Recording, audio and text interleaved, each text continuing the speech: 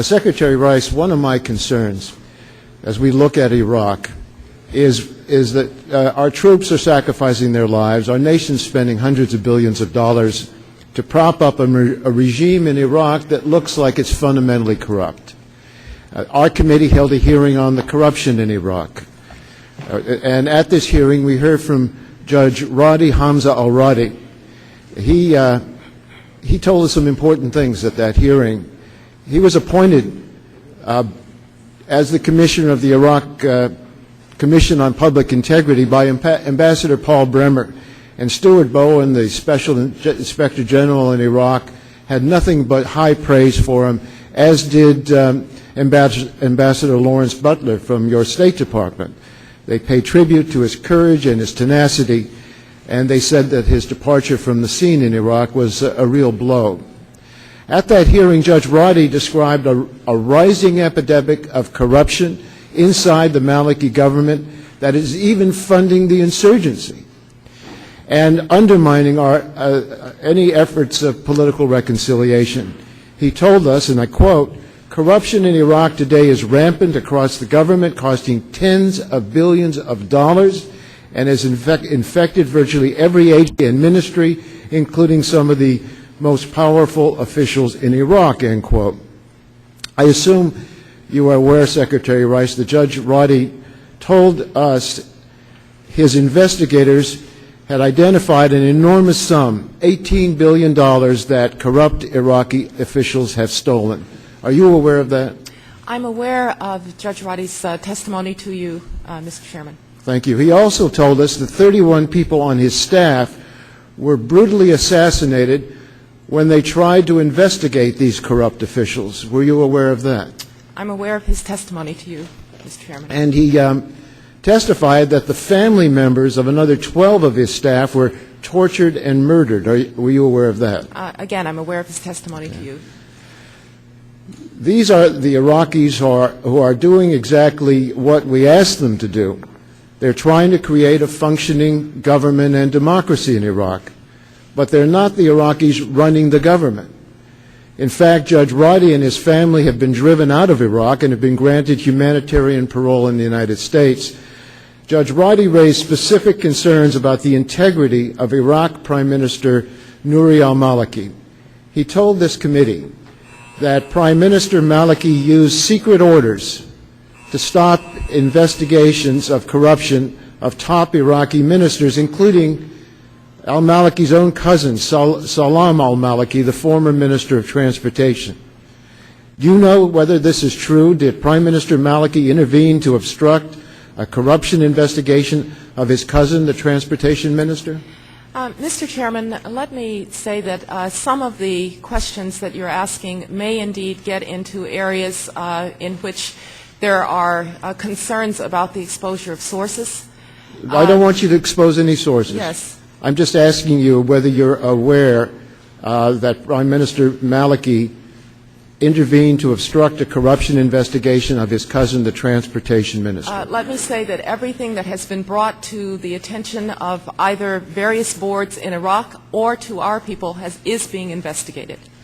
So you're aware of this allegation, and you're aware that this... I am not personally following every allegation of corruption in Iraq, Mr. Chairman, but I am certain that we are tracking these allegations of corruption, because no one is more concerned about allegations of corruption in Iraq. No one is more concerned about what is, in fact, a pervasive problem of corruption than we are. Well, you're the Secretary of State. You're not tracking every incident of allegations of corruption, but this is an allegation that the Prime Minister al-Maliki has obstructed an investigation of his cousin, the Transportation Minister, and we've got thousands of Americans who are dying there. We're spending hundreds of billions of dollars in Iraq to prop up this government. And let me just ask you this question again.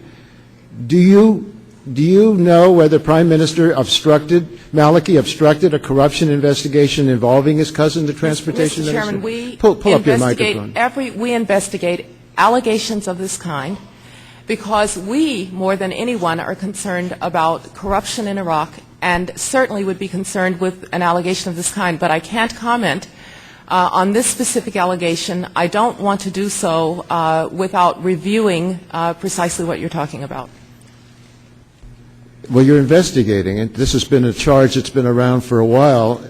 The question is, what do you know? Do you know whether there's... Mr. Chairman, I am... When will your investigation be complete? Mr. Chairman, I'm overseeing a very large organization, and we are determined to look at allegations of corruption, the ones that you are talking about, the ones that we have found. We have many, many hundreds of documents, hundreds of reports of corruption. We investigate them all, but nothing is going to be gained by speaking prematurely about allegations without fully investigating them.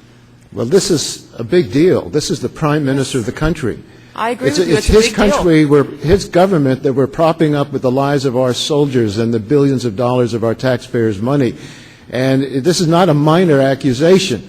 Now, let me ask you about something else. Mr. Chairman, precisely because it's not a minor allegation, I think it is worth giving the time to it to fully investigate it before discussing it. Judge Roddy gave the committee copies of secret orders from Prime Minister Maliki's deputy. And I have the secret orders, and we've extended a copy to you. These orders say that the Iraqi Commission on Public Integrity cannot refer for criminal prosecution the Iraqi president, the Council of Ministers, or any current or former ministers without the Prime Minister's permission. In effect, this order immunizes all the most senior officials in the Maliki government from any corruption investigation.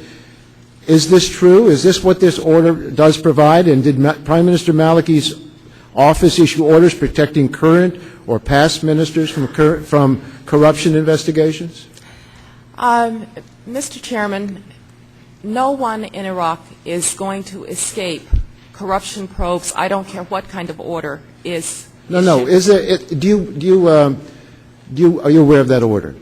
I believe that you are referring to something that is because there's an executive branch and a legislative branch that are treated differently. Is that the point? No. The point of the order is that Prime Minister Maliki issued an order saying that he may not be investigated, nor may his minister be investigated for corruption, which means they're immunized from any investigation for corruption by the Iraqi...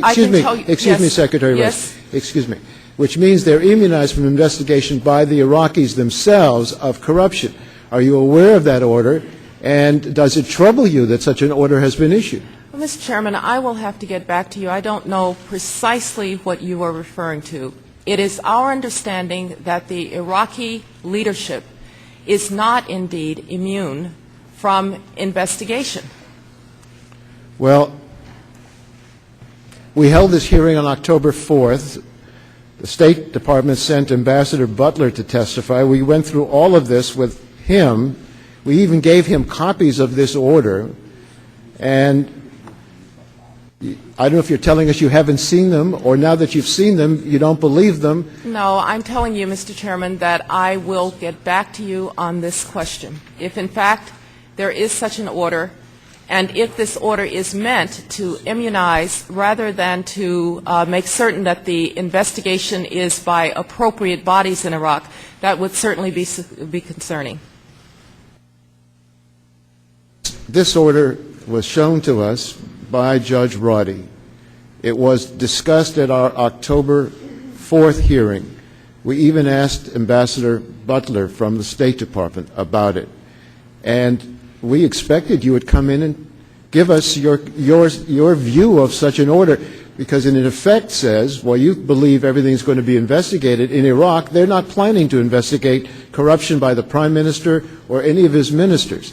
And if that's the order, I think you ought to tell us that you are as outraged as we are, because we want corruption investigated and not just left for you to get back to us another time. Mr. Chairman, I've just stated that it would not be the intention of the United States of America that any official in Iraq, including the Prime Minister, the President, or members of the Council of Representatives, would be immune from investigation for corruption.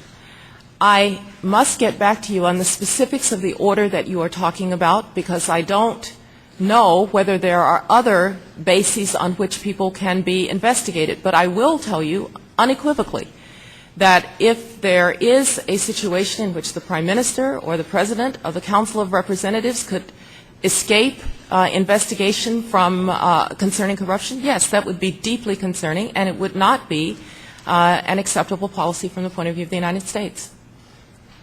Thank you very much. I gather I've used my pretty much my full 10 minutes, so we'll go